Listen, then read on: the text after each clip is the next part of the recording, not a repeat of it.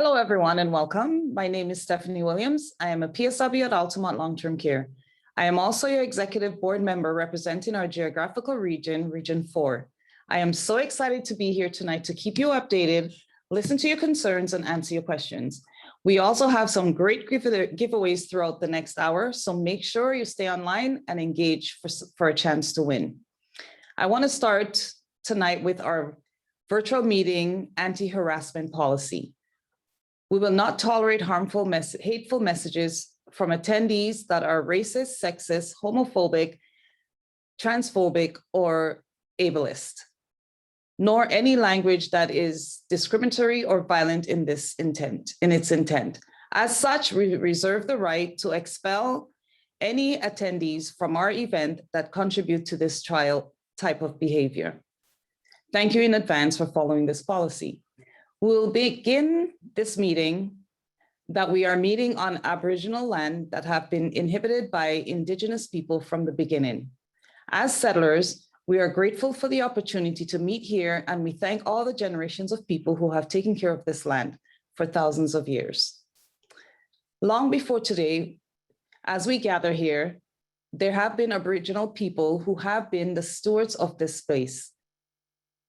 We wish to acknowledge the ancestral traditional territories of the Ojibwe, the Anishinaabe, and in particular, the Mississauga of the New Credit, whose territory we are gathering on today.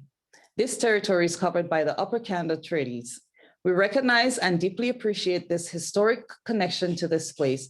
We also recognize the contributions of Métis, Inuit, and other Indigenous people have made, both in shaping and strengthening the community in particular and our province and country as a whole. As settlers, this recognition of the contribution and historic importance of Indigenous people must also be clearly and overly connected to our collective commitment to make the promise and the challenge of truth and reconciliation real in our communities, and in particular to bring justice for murdered and missing Indigenous women and girls across the country. For those who don't know me, I want to welcome you to our first regional meeting. I am glad you are able to make it. I have been a steward for many years. As an active member, I was able to take part in many events such as political campaigns, Labor Day Parade, Leadership Academy, bargaining conferences, and the WAVE team, where I met many of you. I encourage all of you to get on board, to be active and get involved. If I can do it, so can you. Throughout tonight's meeting, if you have any questions, feel free to put them in the chat and we will answer any questions you may have at the end of this meeting. To make sure we know who is asking the questions, make sure you rename your Zoom name. You can do that by clicking on the 3 dots at the top of the picture and click rename. Feel free to also include your workplace and/or position as we know a little bit more about you. As a healthcare worker, I know how stressful the last year and a half has been for all of us. So to start our formal agenda, I'm going to pass things over to SEIU Healthcare Union Representative Tina Dorsey, who is going to walk us through a mental health and wellness icebreaker to get us started. Thank you, Tina, for joining us. Take it away, Tina. Thanks, Stephanie. Good evening, everyone. Thank you so much for inviting me out to your regional meeting tonight. As part of the union's ongoing commitment to supporting members' mental health, I was invited tonight to present some mental health supports, and with a little bit of a twist, maybe some supports or resources that you might not be aware of. So we put together a quick little presentation for everyone, and the first resource that we wanted to talk about tonight are mental health walk-in clinics or walk-in counseling. This is very much like a walk-in clinic for any healthcare need. Many organizations across Region 4, particularly the GTA, have really moved towards a single session modality in terms of presenting or supporting mental health in our community. Mental health clinics or single support sessions can be used for a variety of different needs. You can go in regards to talk a little bit about family conflict, stress, grief, depression, anxiety, relationship issues, the pandemic, and anyone who might have heard any of my talks before, I am a big advocate about self-care. So that would be a great topic to bring to a mental health walk-in clinic. The other great thing about the single session modality is not only does it not need an appointment, you can just kind of go in, and if you feel that you might be looking for something more than one session, most of the clinics will provide a referral source, or at least point you in the direction of where you might be able to get some more ongoing support. As I said earlier, most of the clinics across the GTA do not require an appointment, although I would encourage everyone to connect with that particular organization first. Find out if you need to bring any identification with you, if you need to bring your health card perhaps, and then just speak a little bit about whether or not, because with COVID and our reopening, I know that some clinics are in a transition period between doing support face-to-face or doing it virtually. So just so I would hate to send anybody out and thinking that you might get face-to-face support and find out that it's something else. So I would just suggest to give them a quick call. In the GTA, Family Services Toronto is a big organization, it's huge, that does do the mental health clinics. And so here is a website that anyone who has some interest and wants to see if maybe this is a good match for what their needs are, I would suggest just go and Google them, go in, check out the website, find out what days they're doing the clinic. I didn't post it because with COVID, of course, their hours and the days that they're operating the clinics are varying right now. And of course, with the reopening, that's going to impact things again. But I would encourage everyone who thinks that they want to see somebody right away, connect with somebody face-to-face, because I know that can be really important and can be super, super helpful for some people, to go ahead and give that website a quick check out and see whether or not you think that that's going to be a good match for you. I'm going to skip over the next slide because this one's more for the Ottawa region. But if you're just looking to see if walk-in counseling is going to be something for you, then I would encourage you to go ahead and look at this website too, because it's got a lot of great information. For those on the call tonight who might be living more rurally or maybe not have access to transportation to get into the GTA, eMental Health is an incredible resource for mental health support. This is province-wide. It was an initiative that took place about 5 years ago, and a group of mental health organizations and support people got together because they wanted to create a website where people could go and basically Google within this website based on diagnosis, based on age group, based on what type of therapy or counseling modality they want. This particular website's got fact sheets. It's got a training section where if you want to go in and learn a little bit more about a particular topic, diagnosis, or therapy, then you can go in and look at their training sessions. And a lot of those trainings can be free of charge. They can be for the general public, or they can be for professionals. eMental Health, when I was in my previous life as a social worker, was a resource and a support that I gave to everybody that I met, because it's something that no matter where you are in your particular self-care journey or in your family's journey to get support, eMental Health is a great starting point.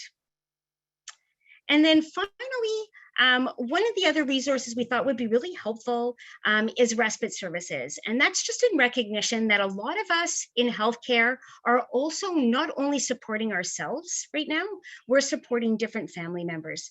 We are moms, we're dads, we're taking care of our parents, we're taking care of our partner's parents, we're taking care of extended family members.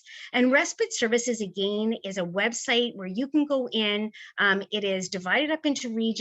You can cue what your region is, and it will connect you with workers, qualified workers, with training workers who have, they've done their police checks. The great thing about respite services is that it's just a connection point. You get to interview the workers. You get to key in and look at their advertisements to see when they're available. You can put your own advertisement as a family there saying, I need respite services for like Tuesdays and Thursdays. You can put the hours that you want to have that service or support in, and they'll connect you with workers. You will meet up, you get to interview them. And if anybody's looking for some interview questions, I've got a great package. Just let communications know and we can send that out. But you can interview them, you hire them, you become the employer. And it's such a great resource. And just in recognition that we all need an opportunity to recharge our batteries. And again, those of you who know me know how much of a advocate I am for self-care. So I think respite is such a big part of just having that ability to be able to take care of ourselves. And on that note, I'm going to pass it back to Stephanie. Thanks, everyone. Thank you so much, Tina. What do I do to distress? I get someone that I can go have a conversation with and go for a walk. Talk about something totally different. Another thing that I do is I listen to music. I find that helps me a lot. It puts me in a different frame and in a different mood. So I find listening to music helps. I am now going to pass things over to SEIU Healthcare President Charlene Stewart, who I am excited to have joining us tonight. Charlene, would you like to say a few words? Yes, Stephanie, thank you so much. Hi, everybody. Look at all of us on the screen tonight. Yeah, everybody say hi to everybody. Let's make some movement on the screen. It is so nice to see you all. It just really warms my heart. I mean, I'm so sick and tired of COVID for all kinds of different reasons, but most importantly, because we can't feel and touch each other. And I guess the good news is that hopefully we're on our way out, thanks to people like you who've kept our province safe, who showed up every single day, but also thanks to everybody who's getting that vaccination. The more that get it, the sooner we're going to be able to come together faster, and I can't wait to be able to physically see you. But what's really, really cool is that we can do these meetings from our own space, whether it's our kitchen, our living room, doing it on your breaks. It's so nice that you joined us, and we really, really appreciate your time on this beautiful Thursday evening. We've got a lot of great information to share with you tonight. I'm here just to honestly feel good to see you all, to support all the presentations and to answer any questions that you might have. And also I'm here with my team. You've got the treasurer there, Tyler. Tyler, wave your hand so that they know that you're here. And you've got your executive vice president, Mina. So we're so happy to be here with you tonight to support the presentation and to answer any questions that you might have. So on with the agenda, but I just want to say thank you everybody again for everything that you've done. I'm feeling really, really good. I think we're on our way out. And Tina's message is, you've taken care of people so long and so miraculously and great over the last 18 months. Time to take care of yourselves. So I'm here for the hour. So nice to see you all. I'll pass it back to you, Stephanie. Thank you so much, Charlene, for joining us. Before we move on, I wanted to ask the first poll question of the night. As a healthcare worker, what is the number one area? You lost me. Sorry about that.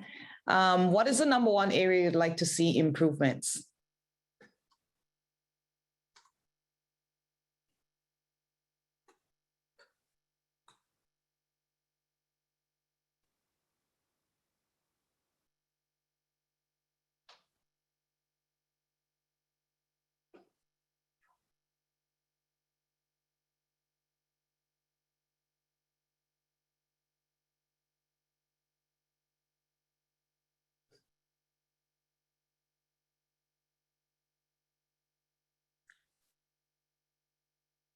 I will give everyone 10 more seconds. I see 64% said wages, 6% said health and safety, 22% said pension, retirement security, 8% said access to full-time jobs, less precarious work, and nobody else said other. So we're going to shut that poll down. Thank you so much, everyone. Okay, so I'm happy to introduce our next speaker, who will touch on some of the bills the Ontario government has passed that are keeping healthcare workers down.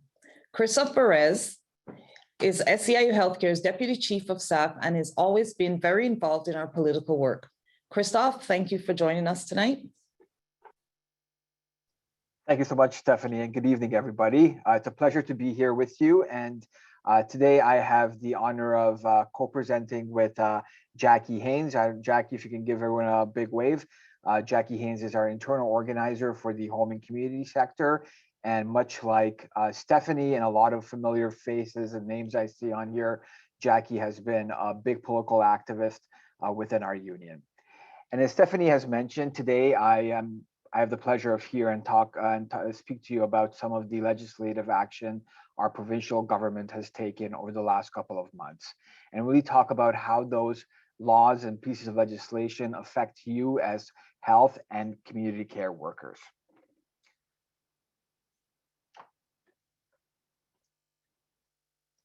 So the first bill that Jackie's going to talk about is Bill 254 that you may have heard in the news about recently. Okay, respect us. Bill 254, Protecting Ontario Elections Act. This new law was passed in April of 2021. This is part of this bill. It's increasing personal donations to political parties from $1,650 to $3,300. That's right, Jackie.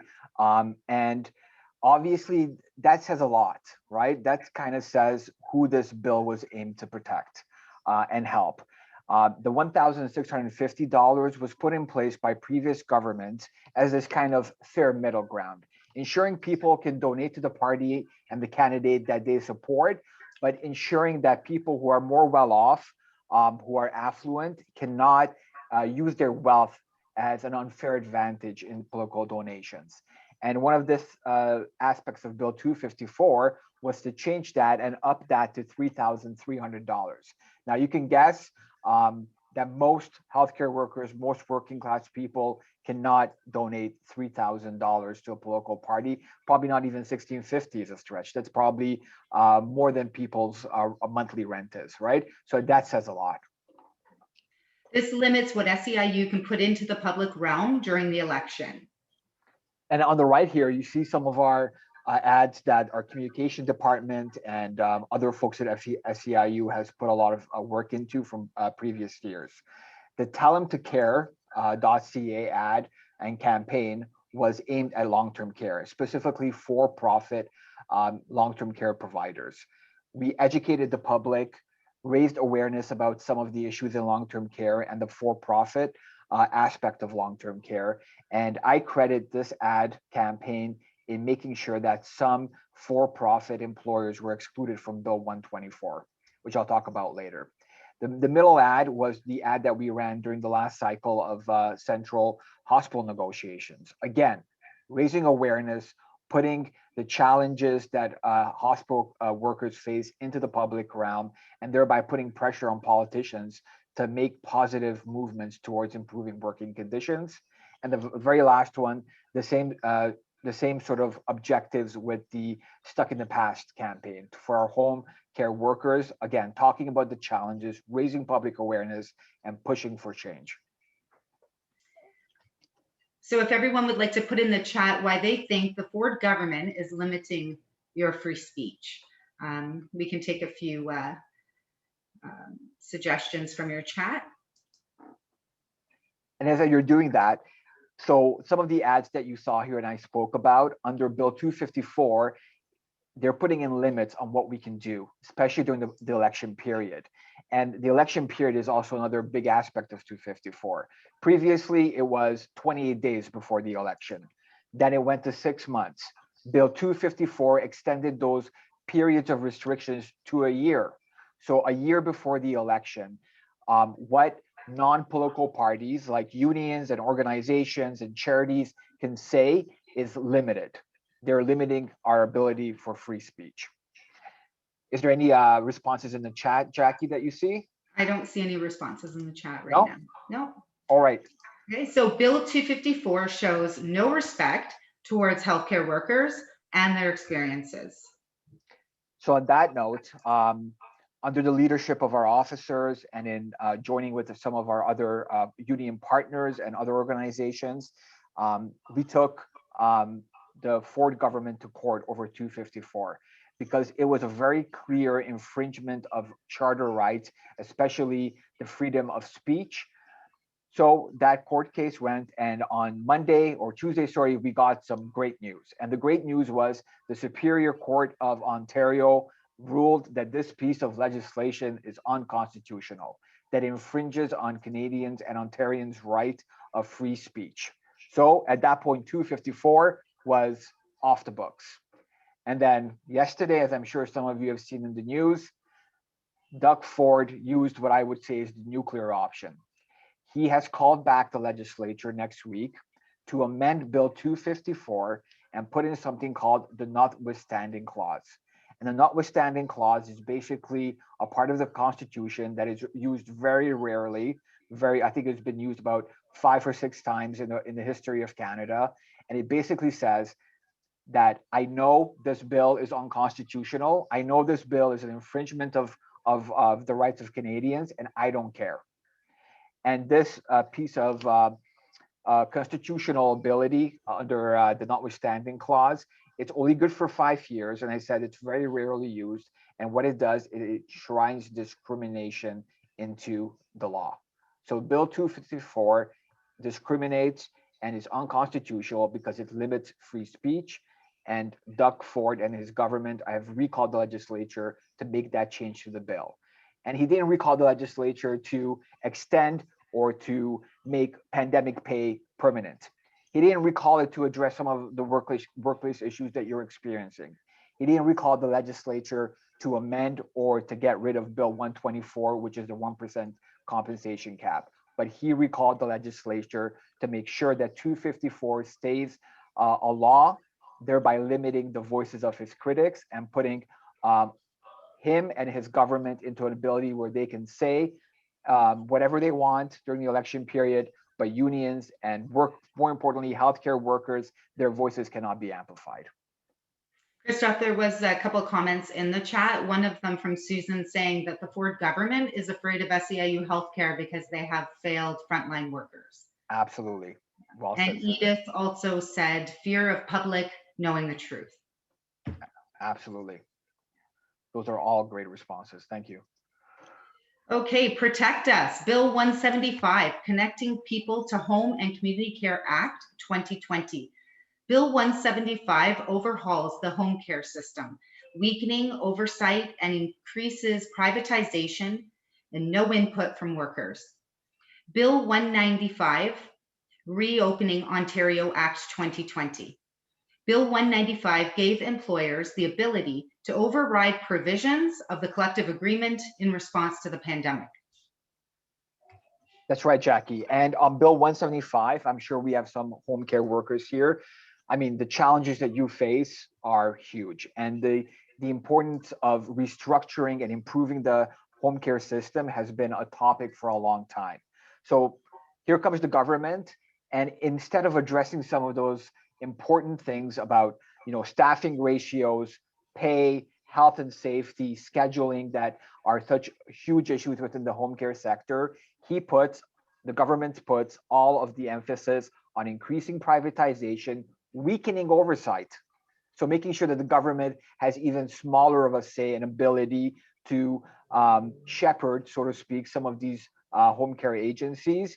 And again, no input from workers, no input from home care clients, was done in the halls of Queen's Park to benefit, obviously, very clearly a specific group of people in the province. Bill 195, as Jackie mentioned, has a lot of different provisions about responding to the pandemic and protecting health and safety, which are obviously we're all for. But buried in the act, some of the provisions, the emergency orders, are things that you have experienced every day, right? During the pandemic.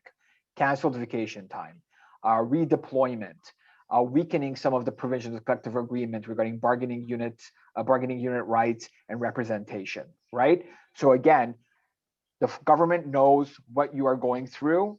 They know the challenges, they know what needs to be done, and they're focusing their time again on restricting your right. Bill 195 and Bill 175 do not protect the rights of healthcare workers. Pay Us, Bill 124, Protecting a Sustainable Public Sector for Future Generations, Act 2019. This legislation capped the total compensation at 1% per year for 3 years. That's right. So, and it's important to say that compensation is not just wages.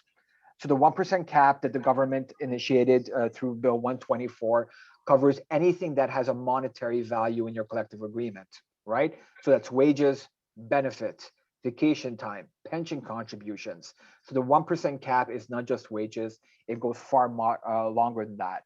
And the 3-year moderation period means that those caps are in place for 3 years of your newly negotiated collective agreement. The legislation impacts hospitals, school boards, long-term care homes, and home and community care. So anyone that is paid out of what I call the public purse, out of tax dollars.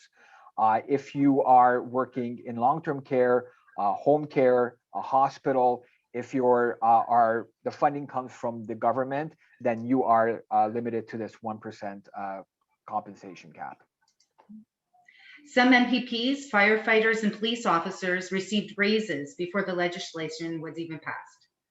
So the Conservative Party's parliamentary assistants received a 14% increase before the legislation was passed, and some more male-dominated professions like firefighters and police officers got their raises right before the legislation was passed by the government. So again, speaks very clearly where the priorities of this government are. Bill 124 ensures healthcare workers aren't paid what they deserve. So as you can see, these 3 pieces of legislation, which were, I would say, some of the bigger pieces of legislation the government has worked on and passed, they do not respect you, they do not protect you, and they definitely do not pay you. These are the priorities, the legislative priorities of this government. And this is not about, red or orange or blue. This is about purple. It's about the members that we represent, all of you who are working and making heroic sacrifices every day. And the government should be there behind your back, not trying to trip you. Bill 254 is now, again, a huge concern for us because it limits what we can say during the election. It limits our ability to amplify your voice, to share your stories, and to make sure that the public and decision makers know about the challenges that you're facing and the urgent need for big changes within the healthcare sector, and also to respond to some of the huge challenges during the pandemic. Bill 175 and 195, again, does not respect what your experiences are and your needs. They undermine those values, interfere with the collective agreement, and also increase privatization and weaken oversight. Bill 124, I don't think I need to say much more about that. It's very clear what they're trying to do there. They're trying to balance the books, the provincial budget on the back of healthcare workers, not just even during a pandemic, but even before the pandemic. And here's what that gets me the most, right? So when government wants to act fast, when they want to act in their own interests, they can do things very quickly. Bill 254, from the moment it was introduced in the House to the moment it became law under royal assent, was 2.5 months, right? Look at some of the other issues, like pandemic pay. Your president, Charlene Stewart, and Tyler, and Mina, and Jackie were out there advocating, telling people how much those pandemic pay needs to be initiated quickly and orderly for months and months and months before we saw some movement, and even then the actual implementation was a mess, right?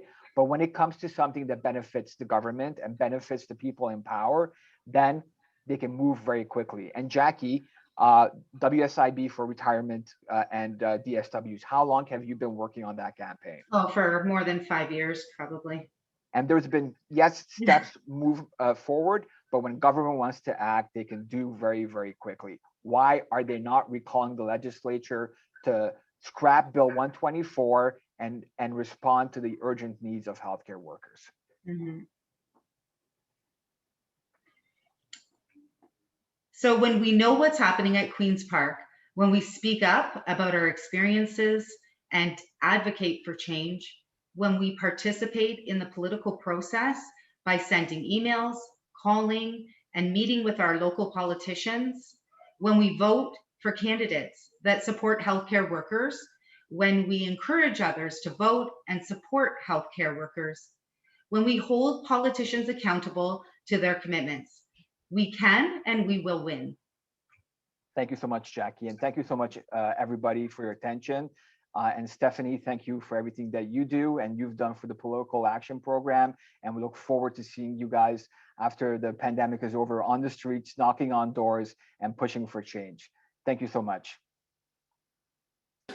Thank you, Christoph. You explaining these bills should really put the pressure on all of us to push back and fight for them to be repealed. I know SEIU Healthcare has really led the fight in this and has worked closely with other unions, and let's hope we get this victory soon. We will now open things up for politics-related questions. Just a reminder, if you have any, to put them in the chat.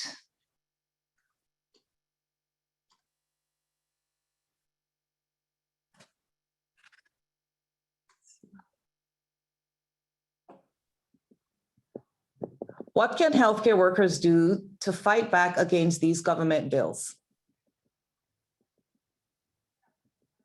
I mean, and Jackie, I think Jackie rhymed off a lot of what right now, obviously, given the pandemic, writing to your MPP, right? There's kind of this saying in the political action circle or in government relations that when one person calls an MPP, that means it basically has the power of 1,000 people. Because if someone takes the time to call their MPP and say, hey, MPP so-and-so, I know how you voted on Bill 124. And this is what your vote has impact on me as a healthcare worker. When you see SEIU post about writing to your MPP or calling Doug Ford or taking action in any sort of those things matter, because when your local MPP knows that you're watching them and you are looking at how they're supporting healthcare workers or not supporting healthcare workers, and you're going to vote next election, that sends a powerful message. So participate, look for our social media actions, and whenever you can, help us amplify your voice.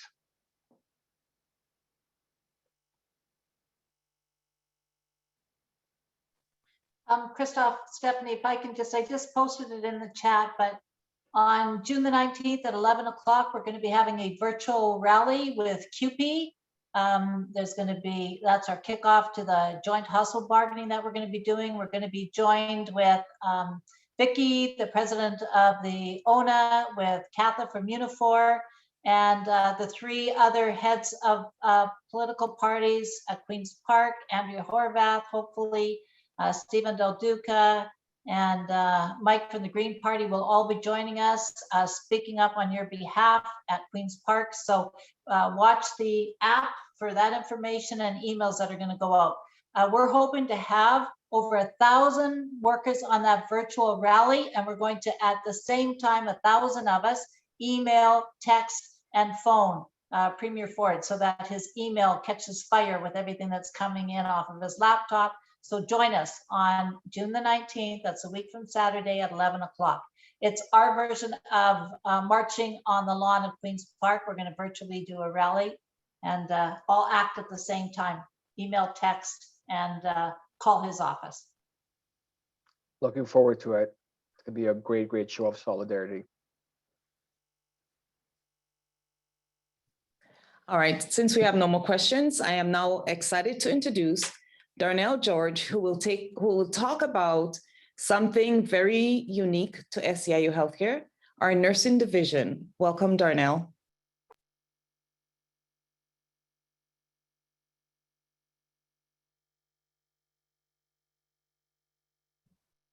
Darnell, you're on mute.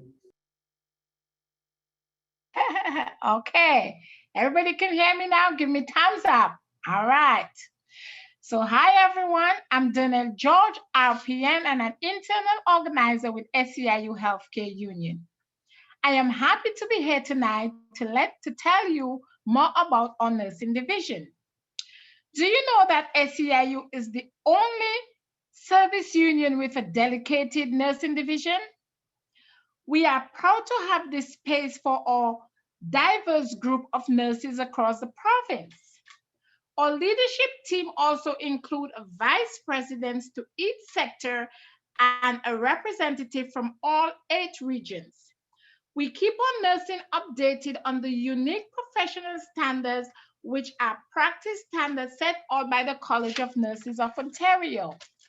We advocate for changes to the scope of practice in our profession to close the wage gap between RPNs and RNs, for safety on the job, including proper PPE, to address the staff shortage impacting healthcare workers, for zero tolerance for violence and harassment of healthcare workers, and so much more.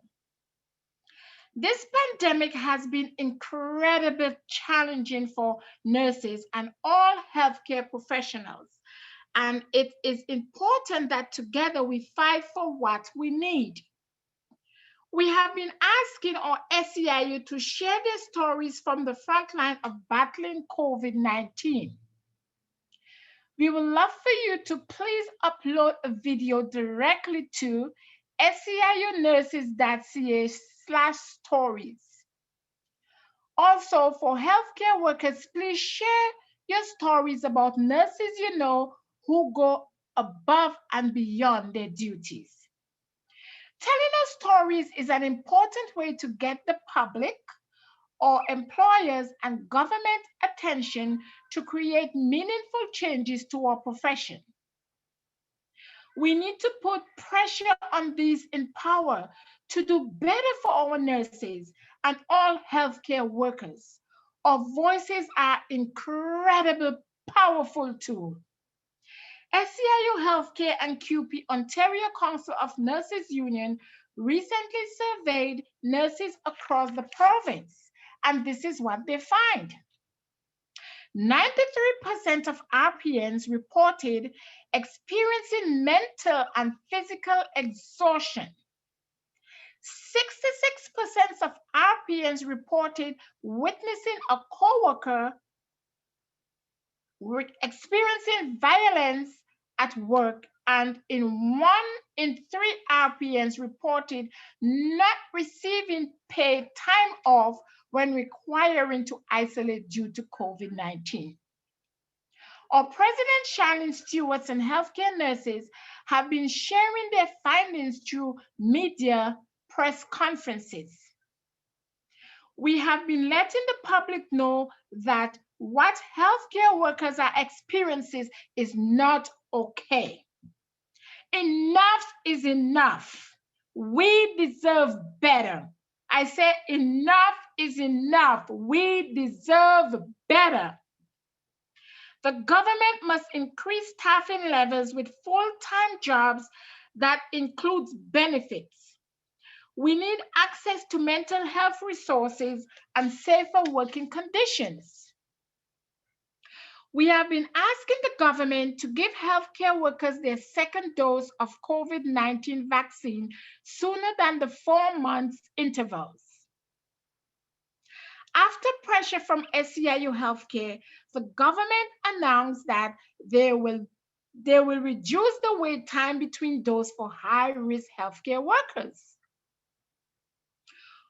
On seiunurses.ca, you can find updates and many useful resources, including a recent public guide for redeployment of hospital workers to other hospitals to protect your professional standard and practice if you are redeployed. You can also find educational webinars. It is time to support RPN's campaign, a digital version of our nursing division magazine called Scrubs and Scopes, and so much more. Finally, one great thing you can take a look at is our Nursing Night campaign, where we have received so many submissions from patients and clients across the province who are saying thank you to all healthcare professionals. Messages have come pouring from the public to share appreciation to healthcare workers for our professionalism, compassion, and integrity. It will warm your heart to read these beautiful tributes. Thank you so much for your time this evening, and be safe. And once again, I say thank you very much. Have a good night.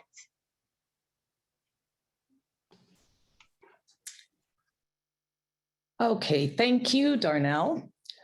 Topics like workplace safety and WSIB have never been more important than they have been in the last 18 months. And I think it's safe to say that they will continue to be topics on top of everyone's mind moving forward. I am happy to introduce our next presented, Brenda Snyder, who works in SEIU Healthcare WSIB department. Brenda, thank you for joining us.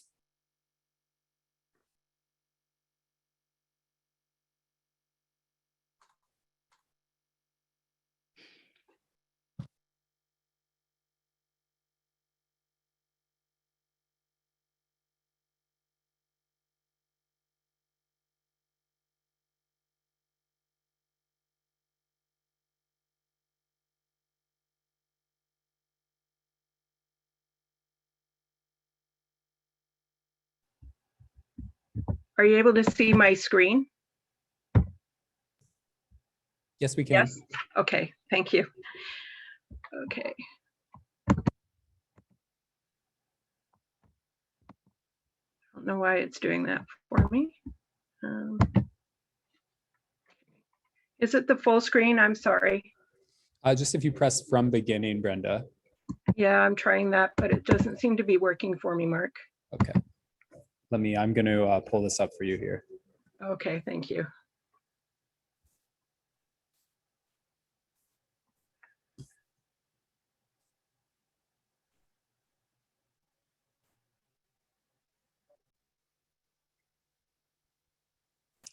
All right, here we go, Brenda. You see that? Yes, I do. Sorry about that, everyone. Good evening, and thank you, Stephanie, and everyone in Region 4 for inviting me tonight to talk about health and safety and your right to know and WSIB information should an injury or an occupational illness occur. We find that there are still members that are not aware of their rights. So tonight is just a very brief overview of important points for everybody to remember. So who are your Joint Health and Safety Committee members? And if you're not aware of who they are, you'll find their names on your health and safety boards. Those in some workplaces, there are a number of health and safety boards. You can also find on their union bulletin boards the committee names. You also find in some workplaces there will be pictures posted of the Joint Health and Safety Committees on the Health and Safety Board. Take a look at the information on these boards. They're very important. They include your Joint Health and Safety Committee minutes, and they also include any Ministry of Labor orders or inspections that are happening within your workplace. Look up your SEIU committee members. That's a committee that makes a difference in your health and safety in the workplace. Get to know them and ask them how you can make a difference in your workplace health and safety. You know, a well-informed committee is a knowledgeable and a powerful committee, and every one of you can help make a difference in doing that. A right to refuse. dangerous work and know that you are protected from reprisal. We have a right to refuse guidance tool on our website, and you can ask your steward or a staff member to provide you a copy of that as well. It's something to be well aware of in knowing your rights should you have to invoke a right to refuse. Right to know, remember WHMIS, and when was the last time you ever updated on the products in your workplace? That's just one example of your right to know. And also anything else that concerns your health and safety, you have a right to know. The right to participate, we've just talked about some of it in participating in your health and safety discussions and your health and safety committees as well. The next one is you have a health and safety issue or concern. First notify your supervisor or your manager. If it can't be resolved at the level of the supervisor or manager, if they have to go higher in order to resolve the issue, ask them to get back to you and ask them to agree to a timeline of when they'll get back to you. So after the discussion and of your issue or your concern, if it still isn't resolved, if they haven't gotten back to you, file a workplace health and safety complaint form that each and every workplace has a form of their own. Also, contact your joint health and safety committee members. Some employers may not inform them of the complaint form, so letting them know that there's one coming their way, and if it's missing when it comes to their meeting, they can inquire about it with the employer. Next is, should an injury or an occupational illness or disease occur, report to the employer as soon as possible. Seek medical treatment immediately or as soon as possible. Do not delay in seeking treatment. If you delay in these two, in reporting to the employer or seeking in treatment, WSIB, should you file a claim, may very likely and have with many denied the claims on those 2 points alone. And it can take, could take a few months in order for that to be resolved. Ensure a workplace incident report is filled out, and you're entitled to a copy because you sign it. And also, you want to ensure that the employer doesn't go back in and change anything on that incident report. We've had some of that happen, and it has been caught. So get a copy of it. You are entitled to it. And forward that to your joint health and safety committee member as well, a copy. Keep a copy for yourself. If you're filing a WSIB claim, include that when you're sent a referral package from us. It's very helpful for us as well. And you'll need to include it with your WSIB claim as well. The employer is legally obligated to send a Form 7 to the WSIB should you seek medical treatment or your work duties are modified or accommodated for a number of days. Don't let the employer tell you that you cannot file a WSIB claim or that WSIB will not pay you. It's up to WSIB to make that decision. The employer does not make that decision for WSIB. Should they discourage you from filing, let us know immediately so that we can deal with that issue with WSIB through their fraud department with the employer.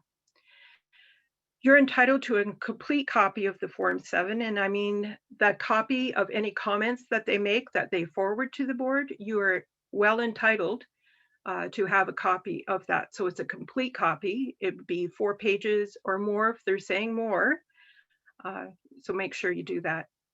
And ensure your SEIU Joint Health and Safety Committee member is also copied on that so that they can take a look at if there's any gaps, if there is something happening within a unit or a department or on that floor, and they can do an investigation and help you. Again, an informed committee is a knowledgeable committee to make a difference.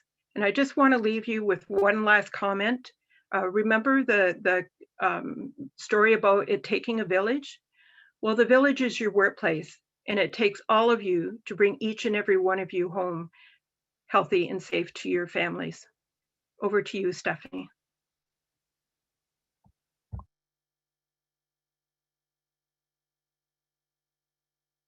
information. Thank you so much, Brenda, for this important information. Now to deliver some important information, I want to introduce Mark from SEIU Healthcare's communication team, who is going to talk to you about the brand new SEIU Healthcare mobile app. Welcome, Mark. Awesome. Thanks so much, Stephanie. Good evening, everyone.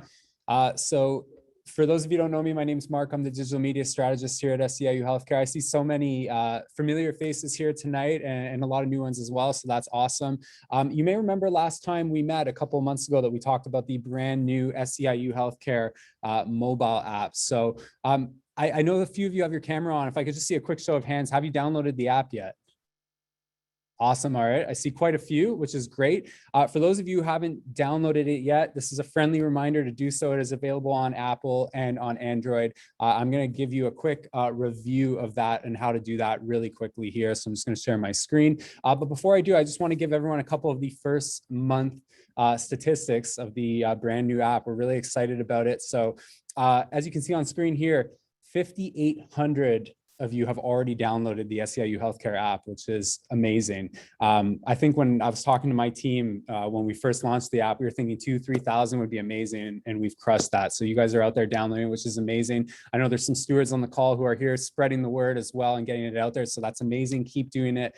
As you can see on screen, 60% of our app users are using it on an iPhone or on their iPad. 40% are using Android devices, and you can see 420 stewards have downloaded the app. If you are a steward and you haven't downloaded the app yet, we highly encourage you to do so. It is an amazing tool for you, and so I'll take you through a little bit of that right now. But first off, as you can see here, 6,000 plus articles have been shared from the app, which is amazing. You can get news and information about the union and share it with fellow members on social media, via email, text, whatever, within the click of a button. So it's really, really simple to use. And that little statistic on the right there that you see, 45% of all MSC requests are coming from the live chat. So if you don't have the app yet, you know, if you want to get in touch with the member service center, you need to call in. You might need to wait on hold. You might need to find time during a shift to do it. Now you can just do it right from your phone. So if you haven't downloaded the app yet and played around with it, it's an amazing resource to get quick information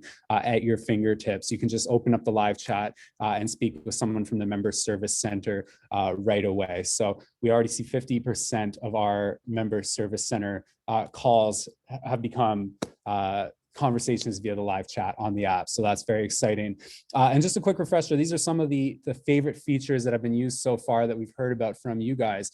Collective agreements. You can access all of your collective agreements online, and they are searchable. So if you need to find the vacation portion of your collective agreement, you can just search it. As I mentioned, the live chat, and one thing I'll just talk about the live chat really quick, you can also request a callback on the live chat. So if you want to get someone to call you back, you can just go in there on the live chat, request a time for them to call you, and someone from the member service center will call you back. News and alerts, we have push notifications. You can customize those. You can find out what you want from us, but it's just an easier way for us to get in touch with you, to keep you in the loop, for us to hear back from you. We don't have to do it via email and text. We can directly do it through the app. And there's a ton of news articles in the app as well, press releases that we're doing to keep you up to date. And then of course, events. There's an events section. Like Charlene mentioned, there's the virtual meeting on June 19th. So you can find all the event information out there, the link to get into it, get a push notification before. So we have so many amazing features on the app. If you've been playing around with it already, that is amazing. Maybe let us know in the chat what some of your favorite features are. But if you haven't, these are just a few of the things you can play around with inside the app, and there's plenty more coming. Just in case you haven't downloaded it yet, it's very, very simple to do. Just go into your app store, either the Apple App Store or the Google Play Store, and you just have to type SEIU Healthcare. You'll find the little purple logo here, which you can see on screen, and then just click Get. Super easy to download, and it doesn't take up much space on your phone at all, and really no data. It's a very, very efficient app like that. Once you download the app and you put it on your phone, just want to take you through the sign up process really quickly. So it's really easy. You just click sign up here. If you already have an account created for some reason and you deleted it off your phone or whatever, you just click that I already have an account button. But once you're in there, you go, it says, hi, are you currently an SEIU Healthcare member? You'll click yes. And this is where you put your member ID in. So I would encourage everyone to look back to emails that they've received from us. We sent out emails and text blasts with everyone's member ID. So you should have received that. If you don't know your member ID, just check back in your email. You might maybe need to check your junk folder or something, but we have sent it out to everybody. So I encourage you to do that and try and find your member ID, or you can call the member service center and get it from them. And then you can type that in here. If you want to go without doing that, we encourage everyone to put your member ID in, because that's how we can customize the information specifically for you. But if you don't have your ID and you want to test out the app right away, you can still just click next, don't know your member ID, and create your account as you see on the right side here and put all your information in. But then we do encourage you to go onto the live chat in the app, contact the MSC and get your member ID so that you can add that on the My SEIU page. And then we can know all about you, who is the steward in your workplace information. If you message the Member Resource Center, we have all of your information right away and we know the best way to help you. So I really encourage you to do that. And one other thing I'll just flag on this page here, there is a little referral code area right here. So you can actually go into the My SEIU portion of the app and get a referral code and send it to your fellow colleagues, and they can use your referral code to potentially win an iPad. So that's a really cool feature right there. And last thing I want to mention before I wrap up here, just for anyone who has played around with the app already, there are a few known issues that we have been working on and we're fixing constantly every 2 or 3 weeks. Some collective agreements weren't in there, so we fixed that on May 14th. You might run into a few issues like that, but for the most part, they're all there. Grievances are not all showing up yet, so we're still working away on that. That is coming very quickly. There's a new update June 4th that also includes the ability for us to target events regionally. So you might have noticed for these meetings here, you might have received a Region 1 notification, for example, that we're going to make it so that we can just target you based on your region or even your sector if you're an LTC, for example. So that's coming very soon. And there's going to be new updates based on your feedback and little things that we've played around with coming every 2 or 3 weeks.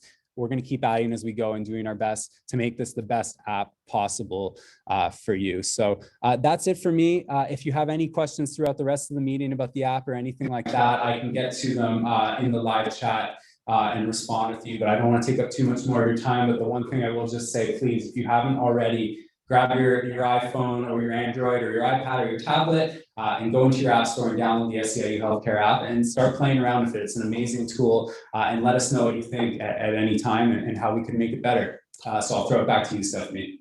Thank you, Mark. Thank you. SEIU Healthcare mobile app to be a game changer. Whether it's how I access my union news, the live chat with the MSC, or quick viewing my collective agreement, the app has really connected me to my union like never before. If you don't have it yet, I encourage you to download it as soon as possible. Before we move on to the questions, we have a few more poll questions to ask, and then we have our giveaway. Okay, first our poll questions. Have you downloaded the SEIU Healthcare mobile app yet? And have you gotten the COVID-19 vaccine, if you don't mind me asking?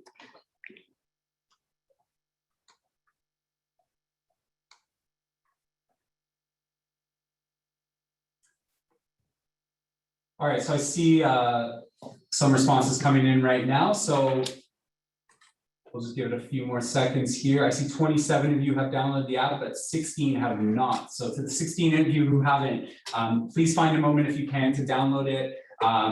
Again, it's an amazing tool for you. Have you gotten the COVID-19 vaccine? I see 6 of you have said I've gotten 1 dose. 35 of you, which is 67%, are fully vaccinated, which is amazing. 3, so 6% say no, but I want it. And I see 8 that say no, I don't plan on getting it. So thank you so much to everyone for taking our 2 polls this evening, and back to you, Stephanie. Okay, thank you for providing your answers. Now it's time for our giveaway, which is a $75 President's Choice gift card. This will be given to the first person who answers the following questions correctly in the chat. Name 2 bills the Ontario government has introduced that have held healthcare workers down. Okay.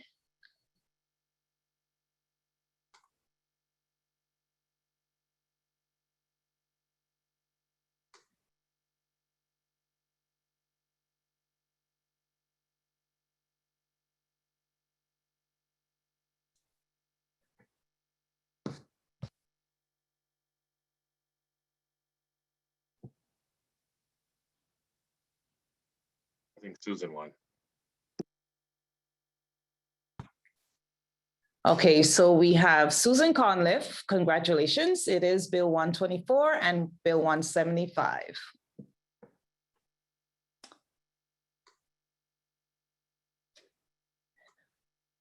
Okay, I know we've thrown a lot of important information at you tonight, so now we will take any questions you may have. You can put them in the chat or raise your hand and is on Zoom, and we will call on you when it's your turn.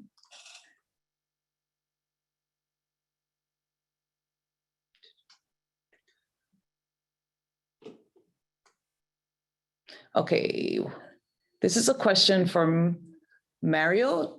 During the COVID-19 pandemic, many healthcare workers have been stretched to their limits. How or what can we do so that we as healthcare workers do not have a repeat of the same situation?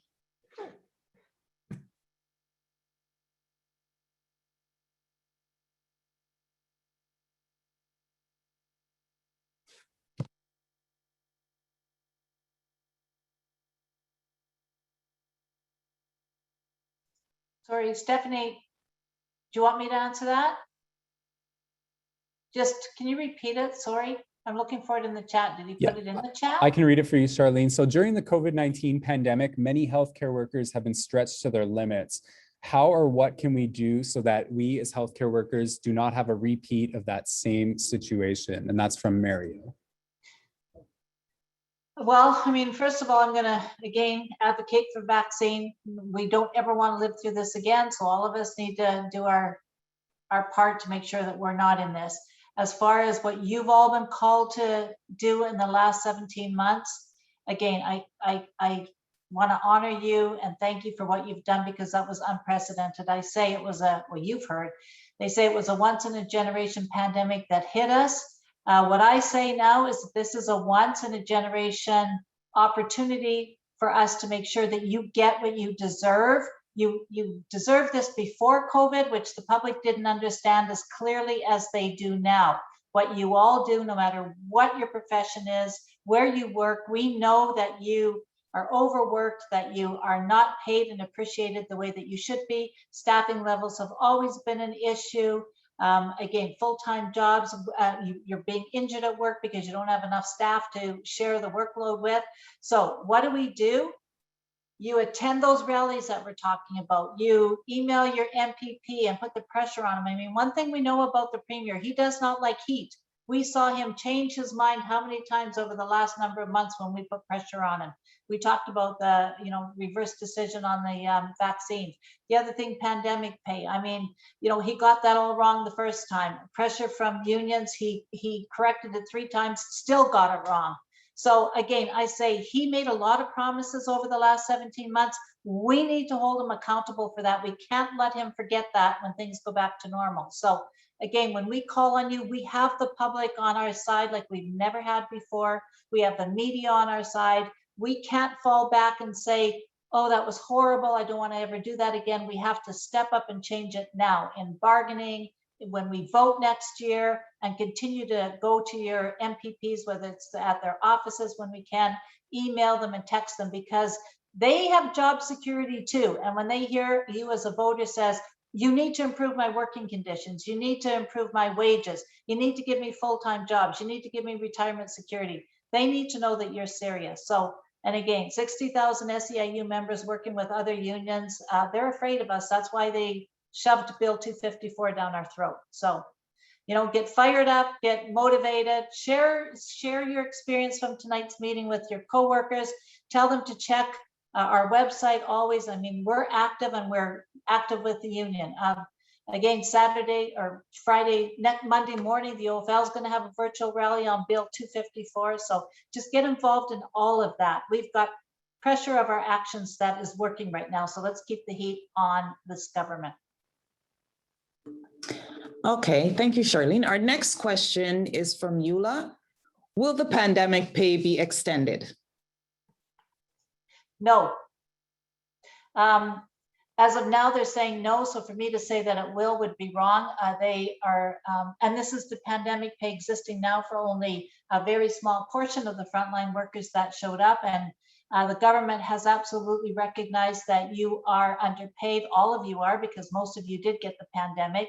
And that's what infuriates me.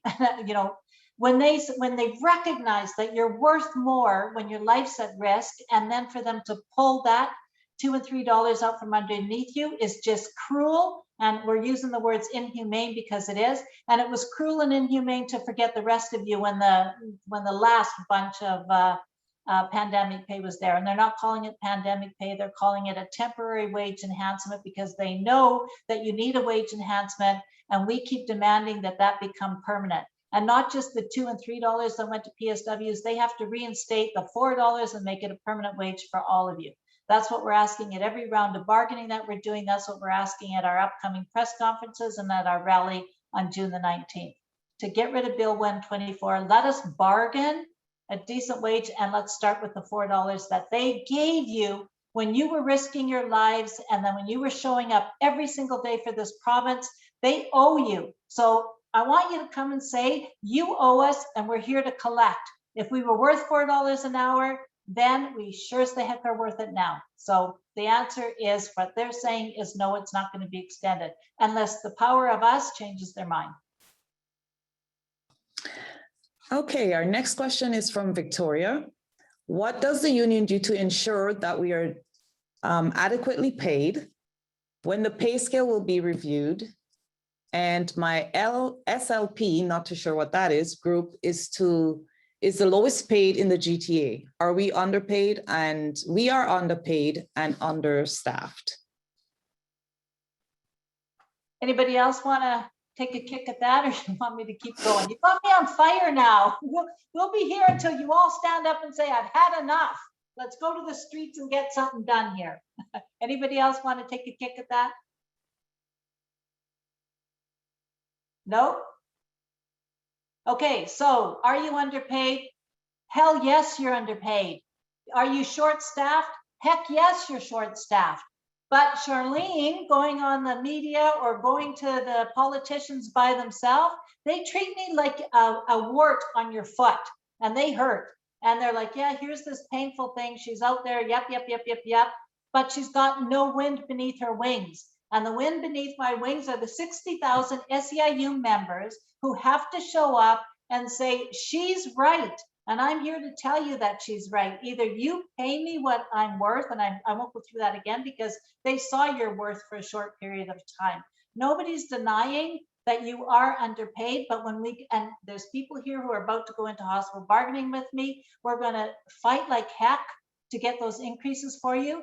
But until they have a reason to worry about their own job security, they are not going to listen to anybody unless they feel like there are 60,000 SEIU members, 220,000 collectively together in ONA, CUPE, Unifor, standing up and saying, it's not just Charlene, it's 200,000 of us who are saying, who have families who vote, who are saying, we're underpaid, we're understaffed, we've had enough, you owe us, now we're here to collect. So we have to do it together. And I'm saying, you know, I said it a few times today, the definition, and we all know this, it's a famous one, the definition of insanity by a very intelligent man is continuing to do exactly the same thing and expecting things to be different. If you don't show up with me and the union and the labor movement when we call you to get angry, to show up, then we're going to get the same thing we've always got. So we have to do things differently this time.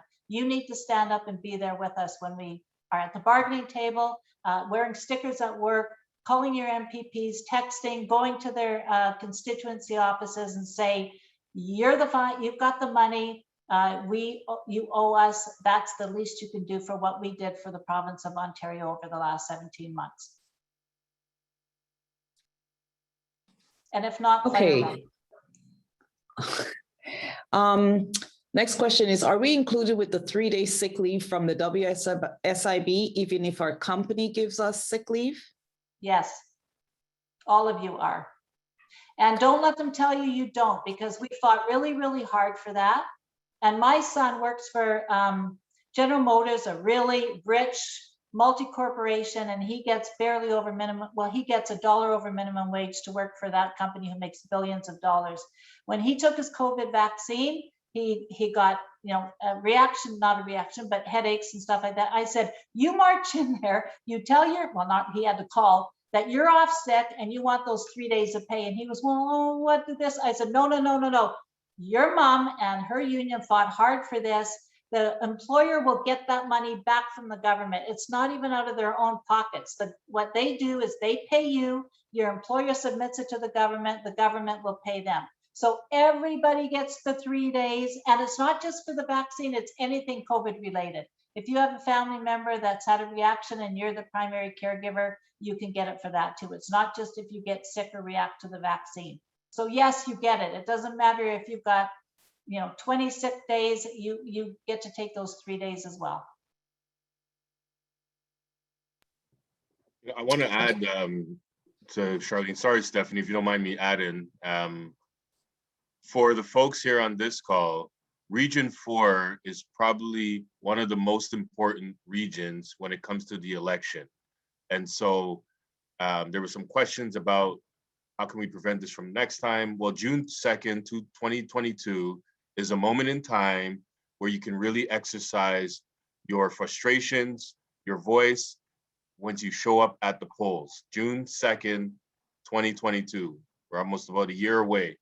And so Region 4, it is going to be a hot zone for political activity because any political party that wants to win the election has to win in Region 4 in many of the ride-ins and many of the areas. And so your vote is going to be extremely important.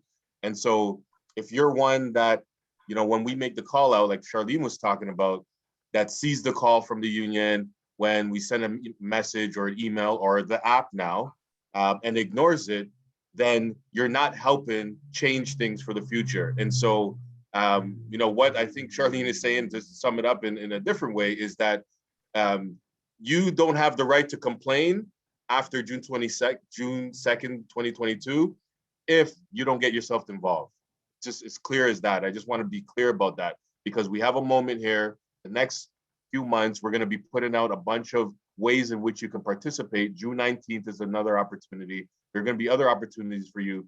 So it's up to our members to get themselves involved. And so I think as officers, we're going to create the platforms, we're going to create the opportunities, and the tools, but it's up to you to use those tools and those opportunities to get yourself involved. And so that's what we're asking for.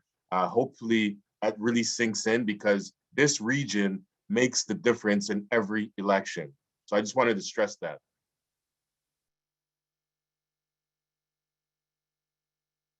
So unfortunately, we're running out of time for this event. Before we go, I just want to highlight some upcoming events. We have 2 upcoming Facebook Live events this month. On June 22nd, we will be celebrating Filipino Heritage Month, and on June 29th, we will be celebrating Pride Month. Both events start at 7 p.m. and will be live streamed on our Facebook page. Also, Purple Day is fast approaching on July the 16th. So start making your plans to celebrate. For some details on all our upcoming events and initiatives, make sure you download the brand new SEIU Healthcare mobile app. I want to thank everyone so much for attending tonight. It's been great to see all of you, and I look forward to seeing you all on our next regional meeting, which will be in the fall. We are all putting a feedback survey in the chat, and you will also be emailed it as long as this meeting tomorrow, along with a copy of this meeting tomorrow. Please fill it out so you can learn more about what you'd like to see in these meetings. I also want to remind everyone to follow SEIU Healthcare on Facebook, Instagram. On Facebook, you can find us under SEIU Healthcare Canada, while on Instagram, we are at SEIU Healthcare. If we didn't get to your question tonight, or you have any new questions that pops up, you can contact your member service center at 1-877-672-7348, Monday to Friday from 8:30 to 4:30. and someone will be happy to help you. You can also access the MSC through the SEIU Healthcare mobile app. Thank you again for joining me today. Keep an eye on your email for the date and time of our next meeting. I look forward to seeing you then. Have a great evening. Thanks, everyone.